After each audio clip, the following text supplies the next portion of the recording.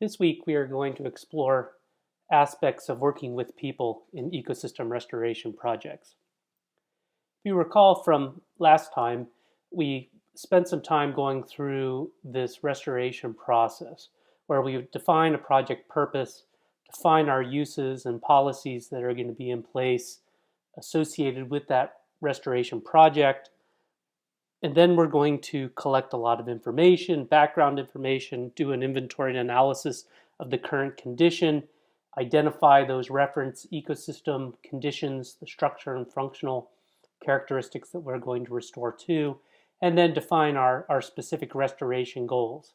At which time we'll then develop a master restoration plan and then specific site plans that encompass those objectives and goals of our master restoration plan, implement those practices that help us achieve those outcomes that we want to see with our site plan and our restoration plan. And then our adaptive management through doing research and adapting how we move forward over time with our restoration project, how we monitor that, and then how we manage that restoration project out into the future once we've achieved success or we've put that ecosystem on a trajectory of achieving those restoration goals. And so I think one of the questions here that we'd want to ask is, at what point along this continuum, along this process, where do we want to interact with our stakeholders and where do we want to interact with people and bring them into the restoration process? And really the answer to that question is at all aspects of this restoration process do we want to bring in people, our stakeholders, our neighbors into this planning, into this implementation, into this monitoring and future management so that we actually have good buy-in and good support for our restoration projects.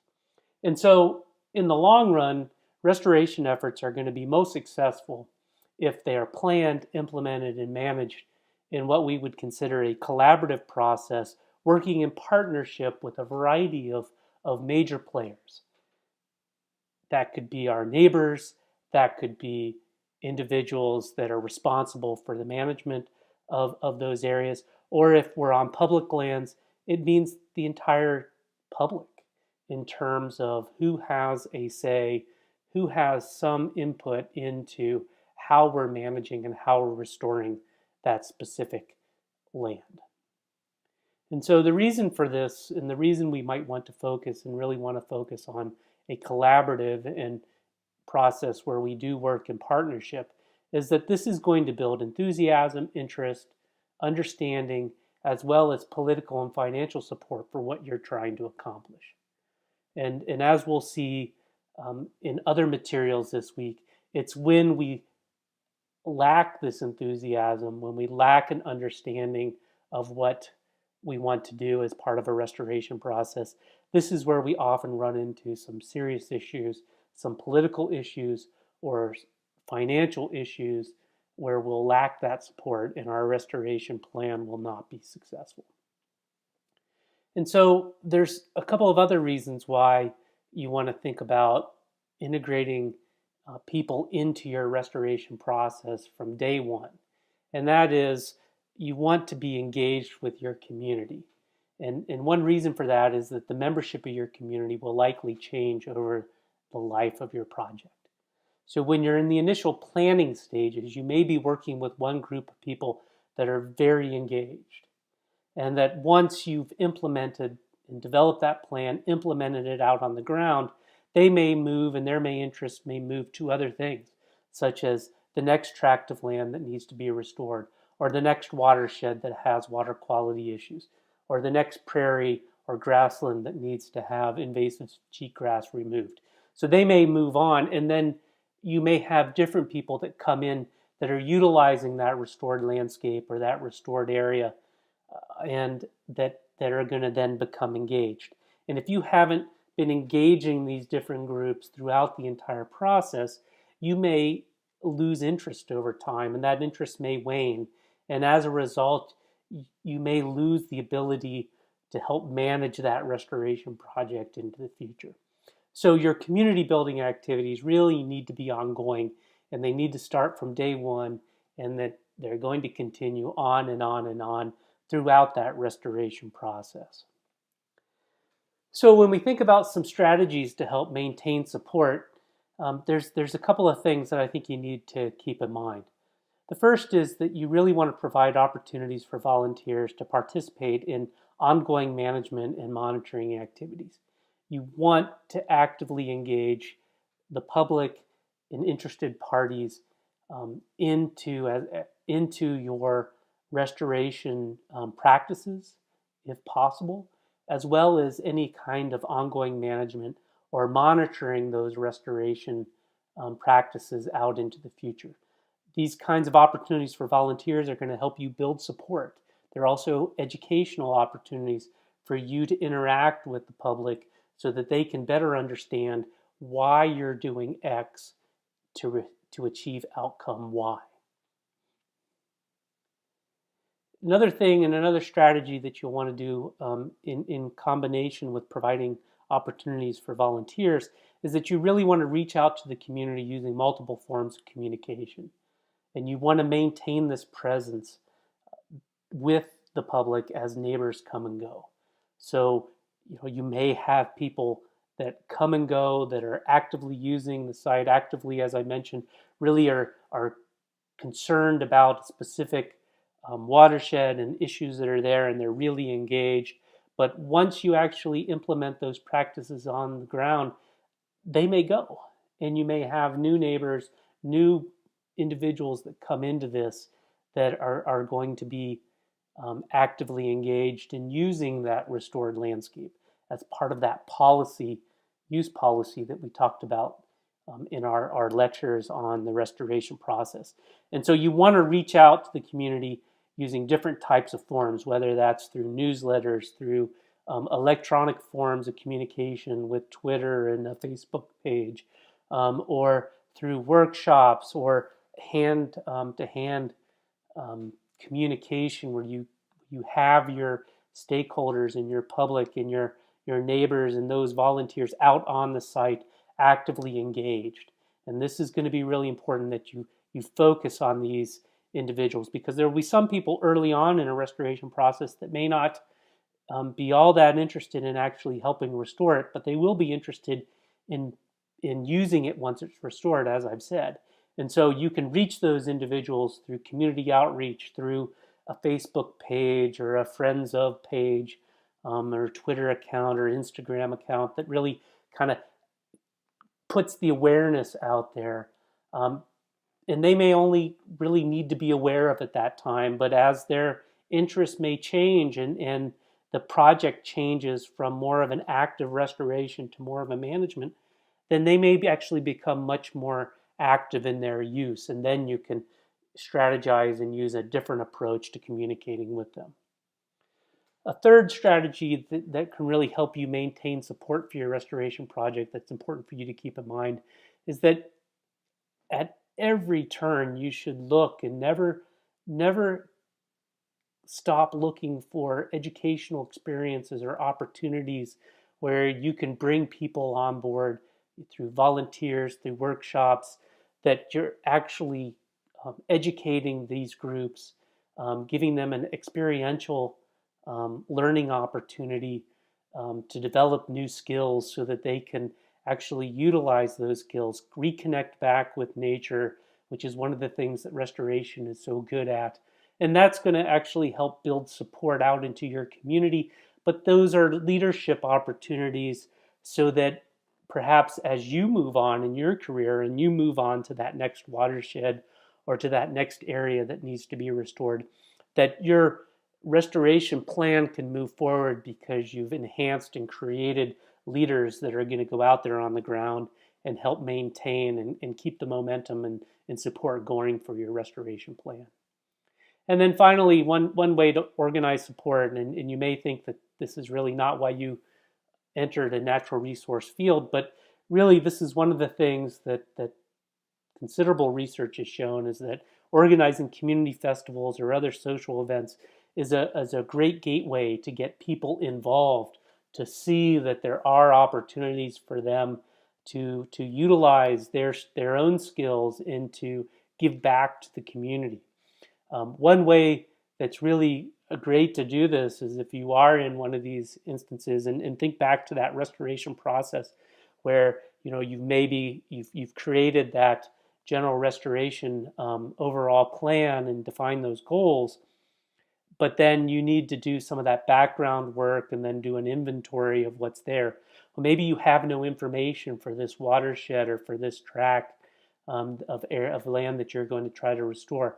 One way to do that is to work with botanists or other types of naturalist groups and conduct a bioblitz. So this one was done up on North Baldy Mountain in 2016 on the Colville National Forest in eastern Washington. That's designed to go out there and have a lot of volunteers that are not only collecting information that you could use in terms of what species are there, what level of invasive species do you have here, and just getting some general baseline inventory data that you could use and to help develop more specific site plans and a master restoration plan.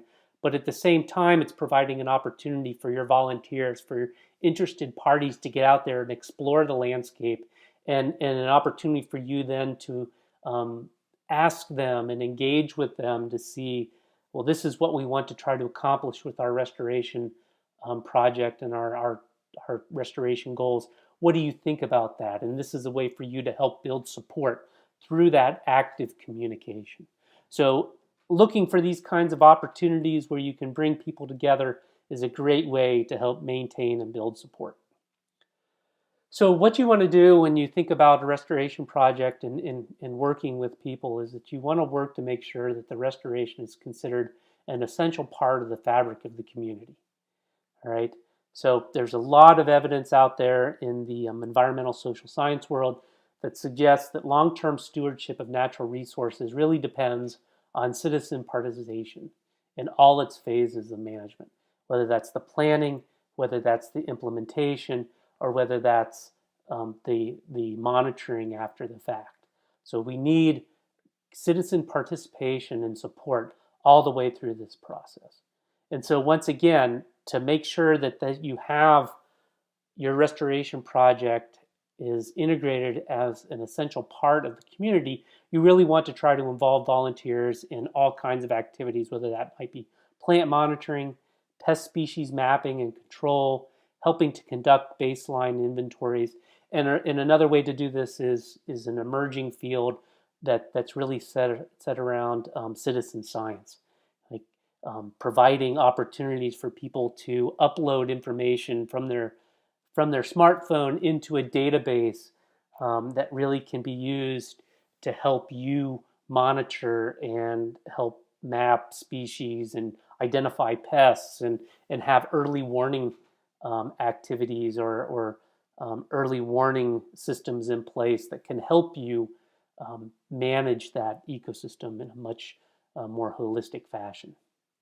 And so there's really three things that you really want to be focused on here, and what I would call the 3 C's of really engaging with stakeholders in the public as far as your restoration plan is concerned. And that's collaboration, cooperation, and communication. And all 3 of these are going to be crucial to the success of your restoration project. And so there's a great quote here by Miller and Hobbs that I think really drives this home. And we know a little bit about this from our earlier work here this semester as we've moved along, kind of looking at what restoration is, why we do it, and how we might start to go about it as a general framework.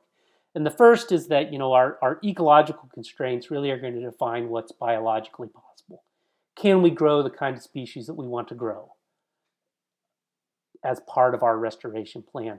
Can we attain those structures and ecosystem services that we really want to provide with our restoration, right? So think back to the Bradshaw figure where we have structure along our x-axis and function along our y-axis, and we really want to move that disturbed site to have a structure and function that's more emblematic of our restored site or those of our reference condition. And we really want to move that back onto that trajectory of development. All right, so the ecological constraints are going to be pretty straightforward there. Right, they may be unknown to us, and we may not have enough science to help drive that, but those ecological constraints are really going to define what's biologically possible on a specific site. Right, and the financial or economic constraints are going to determine what's realistic. Okay, so we can look at the ecological constraints, and then we can start to say, all right, well, how am I going to actually create that kind of structure?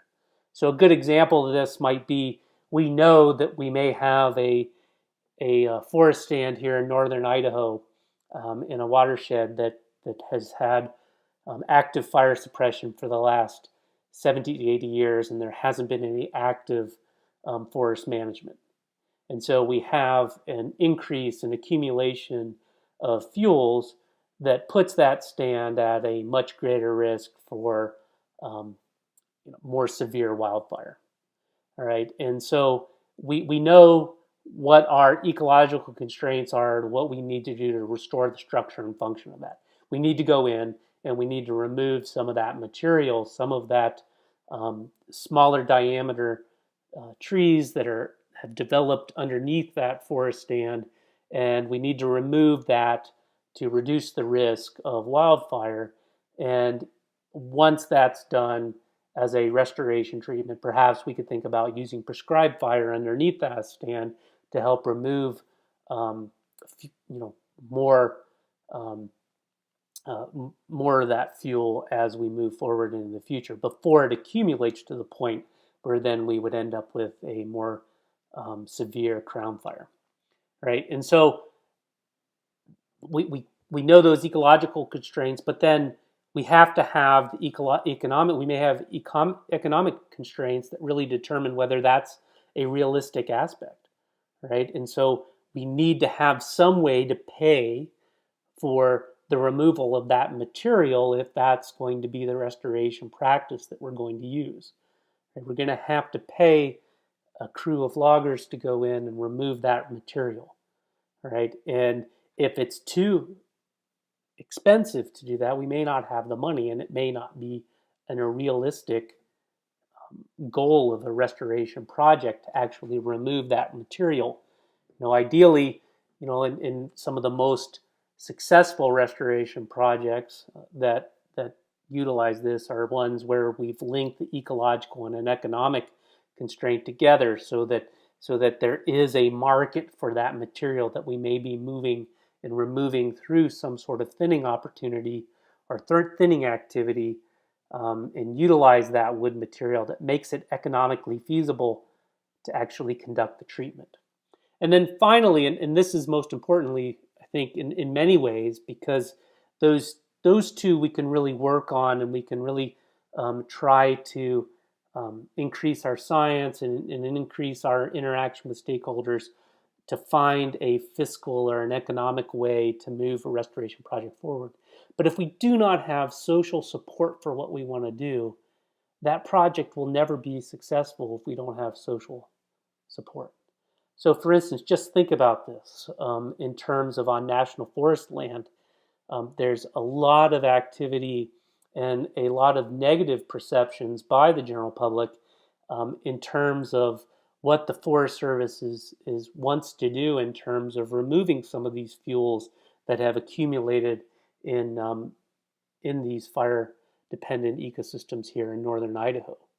All right, and so you can see this is that when there isn't social support for that perhaps those kinds of activities really shut down. And so you can see that there are some real benefits of collaboration here, and we can list 6 of those that I think we would all agree on. And the first is that we have the opportunity for sharing of information and mutual learning, both from those that are planning and designing and implementing the restoration project, as well as those that are neighbors and stakeholders of the project. Collaboration may often lead to more innovative, informed decisions.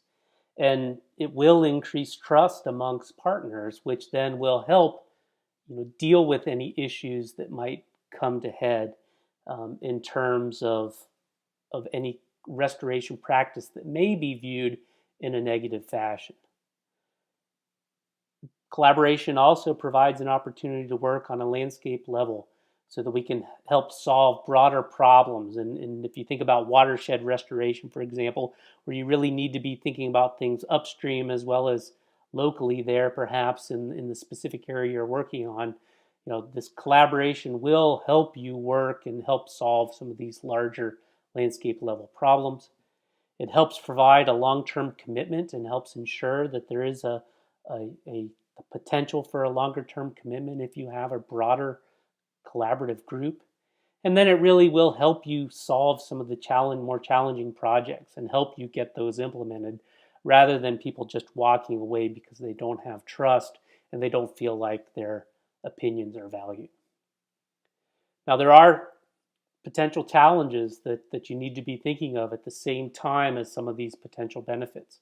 You will lose some autonomy in the decision-making process if you bring people in at each stage of the decision-making process when you're designing a restoration project.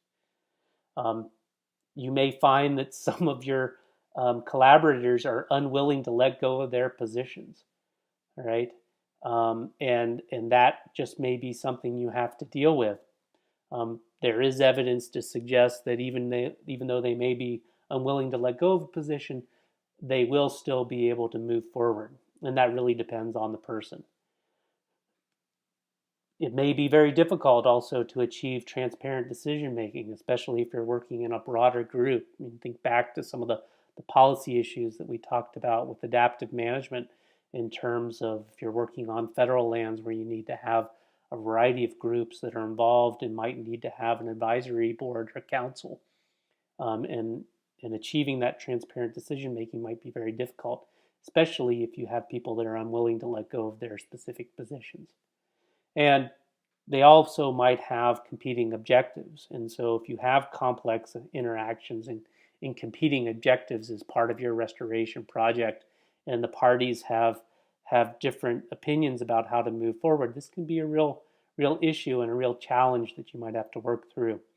It also takes a considerable amount of time, and many of you, I would bet, are not interested in restoration to deal with people. You're more interested to get out there and actually improve conditions on the ground. But as I said before, and I hope to convince you of as we move through this material, is that focusing on people is going to be something that's very important. All right, and then the final 2 points are it can be an unpredictable process. The outcomes may be uncertain, and you've invested a lot of time and effort, and it can be discouraging at times. And the last one is that you really want to avoid trying to focus on the process rather than on the ground efforts. And there are examples where this has happened, where you've really kind of taken this broader collaborative approach.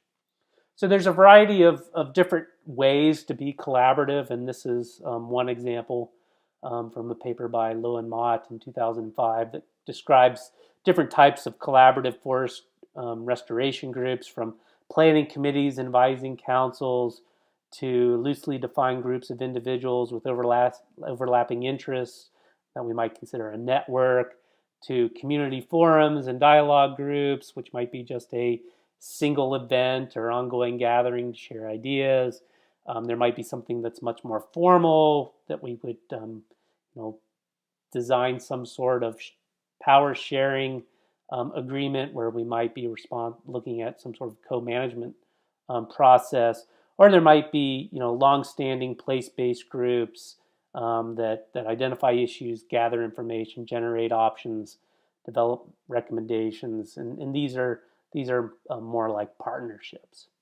Okay, and so there's a variety of different ways to be collaborative. There is no single way that's best. It really depends on your specific project and the community in which you're working. There are some characteristics that we could point to, though, that are successful collaborative restoration projects. And these are projects that have broad participation. They have a shared need and significant need. There's a supportive political climate. There are adequate resources. There are cleared, agreed upon goals. That the process for decision making is fair. And in concert with that, there's trust and accountability. There's also realistic expectations, and there are measures of success. And so I think you can see this is that for these successful collaborative restoration projects, you could see why having people involved early and often is an important way to move forward, so that you do have broad participation. You have a supportive political climate across the entire spectrum, and that you have adequate resources, because those resources may come from your collaborative partners, not just from your organization.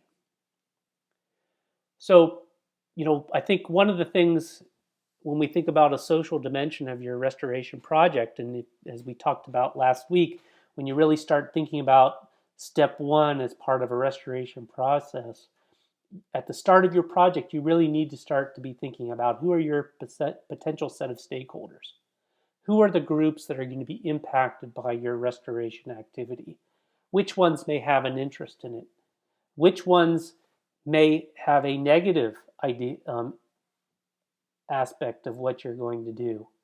Okay, and maybe you need, if you bring them into the process early on and you provide them with an opportunity to provide input by being more inclusive and encouraging a different perspective, that you may offset any potential issues down the road. And we'll look at some examples of that in another lecture this week. Another thing to keep in mind, along with defining who your potential stakeholders are going to be, is just accept that disagreement is going to happen. It's going to be common. Okay? And there's going to be a variety of things that individuals will disagree about. Okay? And one that really comes to play is aesthetic perceptions. Right? Some people see this kind of small clear cut, which might be essential in terms of removing material that's a fire hazard as a restoration tool. This is an example from a project that I worked on in northern Michigan, where we were trying to enhance red pine, which is in decline. It was one of our restoration goals, and we were looking at different treatments to restore red pine. And one of those is small group selection harvests that emulate kind of hot spots from fire, that emulates kind of a natural wildfire pattern in these ecosystems that our research had shown us was an important disturbance in these systems. Right? So we looked at this and we saw this as a great way for us to help enhance red pine regeneration and reduce the potential risk of fire. Right? Others looked at this and said, it's a clear cut, we can't see this, you destroyed nature. All right? And so there are going to be perceptions about this that you're going to need to work through. And it's better to address these things early on rather than to do it and then just face the backlash. Oftentimes it is. Not always, but often. Another aspect is people often view the problem differently. And so this is another experience that I've had, which was working with the National Park Service at Sleeping Bear Dunes National Lakeshore along the eastern shore of Lake Michigan, and just south of around the Traverse City area in northern Lower Michigan, where inside the national park there were historical structures that were a cultural resource. A lot of the general public wanted to see these things maintained because they were part of the fabric of the community, whereas people that visited the National Lakeshore saw these as an eyesore and wanted to know why the Park Service hadn't torn them down, okay, and then restored forests back to these open areas. All right, that's a perception of a different problem, okay, and they each two different groups of stakeholders that have valid points dealing with National Park Service land on how to move that forward. And that's something that the Park Service was wrestling with as part of restoring and maintaining some of these large open land, these remnant old historical farms that happened also to be prime habitat for many open land songbird species that are in decline across the upper Midwest. Another one is expectations. And again, this is another example of jack pine management from the upper Midwest, where it's just an expectation of what you expect to see. This has been highly successful in returning levels of the endangered songbird Kirtland's warbler through this opposing weave pattern that the U.S. Forest Service and Michigan Department of Natural Resources have designed, that is essentially farming jack pine, and has been highly successful in generating the kind of habitat for the Kirtland's warbler, so much so that it's actually been removed from the threatened and endangered list just this past year. All right. But the expectations of that restoration plan, because it's been implemented, it's so ingrained that we have to manage in this certain opposing weave pattern, is much different than this rectangular area here that you see on the screen, which is an area that had been burned with a prescribed burn on Fish and Wildlife Service land. And you can see that it has similar structure in terms of open areas for foraging and then dense patches for nesting for the ground nesting Kirtland's warbler. But the structure is actually much different.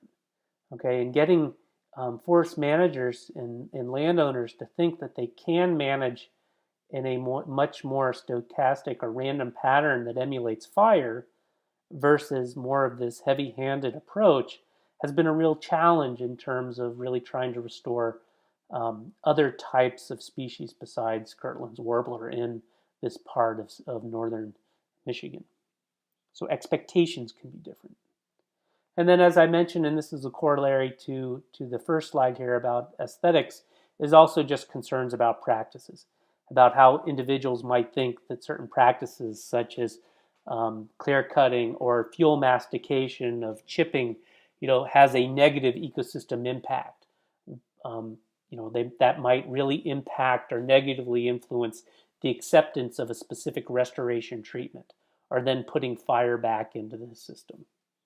Okay, so these concerns about practices are very important to consider, because if you start to design a restoration plan and you start to pull specific practices that you're going to implement as part of your site plans, and you know that the general public is not going to like those types of practices, if you're on Forest Service land or other public lands, then you could run into some big problems after the fact where you start to lose trust very rapidly and you will lose support for the restoration activities, and that can be counterproductive to achieving your goals. Another big one is fear about restored species such as wolves, what kind of impact they're going to have.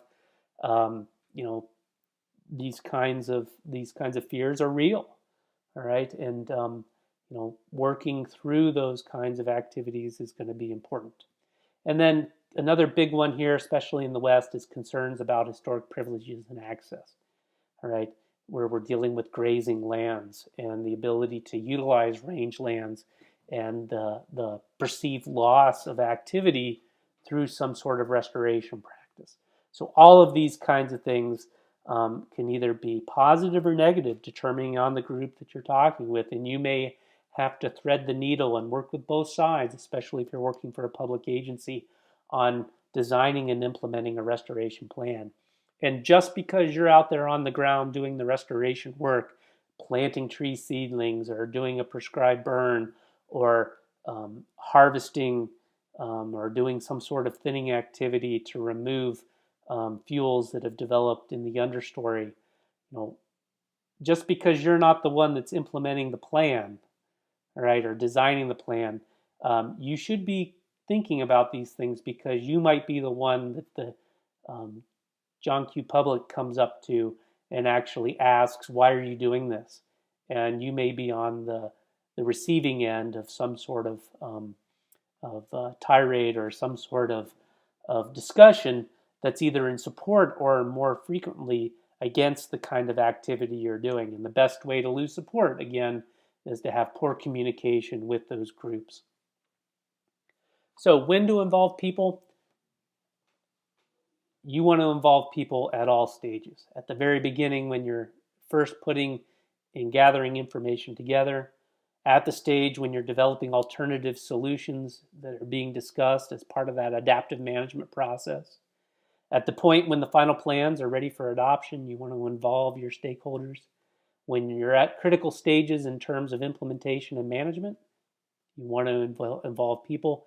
And then subsequently, when the plan is reviewed and revised and is continuing on in the management phase, you want to involve your critical stakeholders. Now, it's important to note too that this does not mean that you must always accept the desires of all stakeholders. There will always be winners and losers. Okay? What you gain by involving people at all levels of this process is that you will provide a platform for people to feel that their concerns have been considered and they are informed of the reasoning behind the decisions that you're making, right? So you've provided an inclusive atmosphere, an inclusive participatory approach that their opinions can be heard, they can be voiced, they can be considered, and you can move forward. Okay, and in the perfect world, you can be totally transparent about this, but that can be problematic, and you need to balance that transparency with the ability to meet the goals that you need to meet ecologically and economically. So there are a variety of ways to increase involvement. One great way is workshops and meetings, right? And so these can be kind of stakeholder meetings where if you have an advisory group that's here in the upper left-hand portion that can be open to the public, so you have kind of an open discussion where people can witness and participate perhaps with questions, but most of the discussion is going around a round table of an advisory group. Others can be in the field workshops where, for instance here, this is Wally Covington, a Forest Service scientist in northern Arizona. It's done a lot of work with ponderosa pine restoration, especially around the Grand Canyon area. Getting people out into a site that has been restored is really important. All right, and so here's Dr. Covington providing a workshop and a field tour of sites that have been burned. And then here's another great thing to do. So, if you are going to be using certain types of technology, you might want to bring interested parties in the public out to witness, how the practice is going to be implemented on the ground, and let them see what you're doing and give them an idea of the benefits of using this kind of tracked equipment relative to other types of equipment to actually achieve your restoration goal. So again, there's a variety of ways to do this. The best way is for active participation. Get people out there on the ground where they can see what you're doing. Participatory planning is another great way to do this. And this is an approach that's often called a nominal group method. And I just wanted to cover this here real quickly. And what this nominal group method does is it provides you with all your participants to have an equal voice, to feel that their ideas have been considered, and attempts to uncover a wide range of perspectives from which, if possible, to create consensus, right? And so this gets back to this idea of if you are using this kind of participatory planning approach, you can really hone in on providing an inclusive environment, especially if you're working in an area that has a lot of stakeholders that are actively involved. Okay, and so there's a variety of different variation of this kind of participatory planning approach, but I just want to kind of outline one process here for you that you might want to use if you ever are have the opportunity to do this. So let's say you're starting to develop a restoration project and plan, and you're just getting started, and you've done that kind of back of the envelope list of who your stakeholders are. Is that you might want to bring them all in for an hour or two and have a brainstorming session, kind of give them an idea of what you want to accomplish, all right? And explain the process that as you move forward, here's what you want to try to accomplish with this brainstorming session. And oftentimes it's good to have a neutral partner to really do this, okay? And to have that moderated, somebody from like the Nature Conservancy or or an extension office can often be a good way because they have trust around most of the parties. It's also good to identify if there are people that don't have that trust. Don't have them be the moderators of your meetings, right? And then as you move through, use post-it notes to comment on anything related to the proposed project, and then ask for volunteers representing different constituencies and have different groups organize their comments into general themes, and they can write those on these post-it notes. And then you can pull these up on the side of the wall or on a whiteboard, and you can start to put these original comments into different themes and kind of try to identify specific areas that might be of concern. All right, and then review and discuss those, and then as a group, rank those themes from most important to least important. And again, keeping in mind that you probably won't have complete consensus on this, but you'll at least walk away from that brainstorming session with an idea of what your stakeholders think are important. All right, and more importantly, you've provided them with an opportunity to share their interests and their opinions about these things, so that when you do make a decision, um, you can go back and say, well, we provided you with an opportunity, we considered your opinion, and here's why we couldn't go that route, or we're going to change what we originally thought by incorporating some of the comments and some of the opinions, some of the concerns that you might have had on a specific practice. We've taken that to note and taken that to heart, and now we're going to use a different approach, or we're going to modify our approach a bit. Okay, so this creates a dialogue, like I mentioned, and it also really helps balance and respect local knowledge, long-term cultural use patterns, and modern conservation practices. All right, so it helps soften this idea that you have insiders and outsiders that's common in restoration projects. All right, and so that you have the insiders, those are people like all of you. Once you complete your degree and you're the professional out there, you're the insider that's actually doing the work, and then you may have outsiders that are your general public and your other stakeholders. Um, and so this can really help balance and respect that local knowledge, and help integrate certain things that might come from local uses and cultural patterns of using specific areas over time.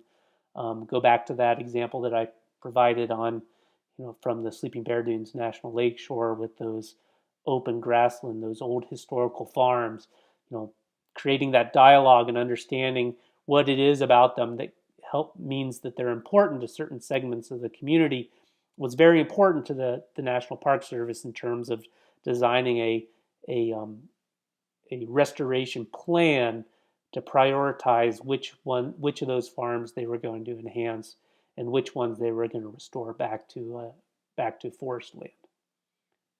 So important to create that dialogue and then balance respect. So let's wrap things up by thinking a little bit about volunteers, because volunteers are going to be really important to almost everything you do as a restoration practice. Okay, not always, especially if you're working for a company that's doing restoration work. But if you're out working for a nonprofit, you often are going to want to rely on volunteers for your restoration projects. And so there are several strategies that have been successfully implemented to support and draw attention to restoration projects. Right? One is connecting human ecological history through participation in restoration and ecological activities. So this is a really great way, by having some sort of field day, for example, where you can bring families out, get them into the stream, show them a little bit about what you hope to accomplish and why it's important, and then that may help build support, and then help encourage some of the people that attend your kind of natural history day or your family activity, to actually volunteer their time to come back and help you do something like pull weeds, invasive plants, or do other kinds of activities such as tree planting. It also provides providing opportunities for volunteers to assist in planning and goal establishment phases. then helps create a sense of ownership and civic responsibility, right? And this can really help build long-term support and involvement. So, if you're dealing with water quality issues and say riparian restoration issues in an area here in the Palouse, for example, if you bring them in early on and help them identify what the problems are, you might be more successful in figuring out ways to get people involved and having more local landowner support for your activities. If they understand what the problems are, it can help to feel like they're part of the solution rather than the problem. These other historical ecology projects, working with kids in schools is a great way to do this. Really helps volunteer and helps sustain volunteer interest and helps strengthen what we would call the social contract between land managers and volunteers. So, getting kids out into an arboretum, for example, or out on a field tour, taking an hour or two of your time to do this, and then sending them home with plants, as we did here in this example, that then gets the kids excited, which then helps get the parents excited and gets them engaged and connected back in nature, which can pay off in the long run in terms of interacting with volunteers. And then restoration work parties is another great way to do this. And so these are designed for volunteer participation that helps encourage engagement and provides opportunities for learning about the natural world and restoration techniques. And so these kind of work parties are more important for those that want to invest more time rather than just bringing a family out. So here we're talking about getting people out on the ground, spending much more time clearing brush, planting trees, and those sorts of things that are critical to the implementation of our specific restoration site plans. And so really, when you think about training and retaining volunteers, building relationships to the land, the project, and the people involved in it, and connecting people with the ecological history of the site through restoration activities are really going to be those activities that help provide sustained civic engagement. All right, it goes back to our idea of reconnecting people to the land and thinking about the land ethic and engaging with people through restoration activities that are going to help you in the short term, getting your specific restoration practices implemented on the ground and your monitoring activities that are critical to the restoration process, but at the same time are going to help build a sustained relationship with those individuals that are going to help the long-term support of your projects. And some final thoughts on working with volunteers I think that are important. Always find ways to motivate them. There's a variety of reasons why people volunteer their time, and you should not ignore some over others. Work to match skills and interests with specific restoration tasks. Really respect the time that volunteers give. Don't plan activities and then don't show up, for example.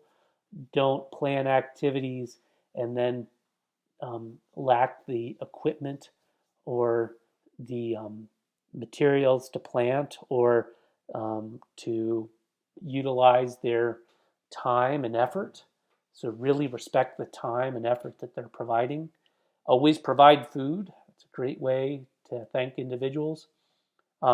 Many of your volunteers will want to be looking for opportunities for self-improvement. So provide training opportunities and provide opportunities for them to provide feedback to you. So how can you make their experience better? Again, this is a way for them to feel invested in the activity and make them feel more inclusive in their restoration activity. And then provide recognition. A great way to do this is on Facebook or Instagram or other kinds of things is to call people out and recognize the great work that they've done. And if you have some sort of activity, as I mentioned, that brings people together as kind of like an end of a week of volunteering, that once you get all your restoration treatments implemented, maybe you have some sort of organized activity. At that activity, provide some recognition for the great work that individuals do. Maybe you can identify leaders that emerge and provide them with an opportunity to really um, value, feel like they're valued for the work and volunteer time that they've done. And I think the final thing is, this is not an easy task. It takes a lot of time and effort, and it's something that you just can't ignore and expect volunteers to show up. So again, working with people, it's going to be really critical to your restoration success. And it's one that I would venture to guess that many of you did not think would be important when you signed up for the course, and we were really thinking about an introduction to how we would move forward with a restoration project. And so the rest of the semester, we'll spend much more of our time really focused on specific practices and how we move forward with doing that. But we've now looked at why we do restoration, some of the process and techniques in terms of broad adaptive management approaches that are going to help make restoration projects successful.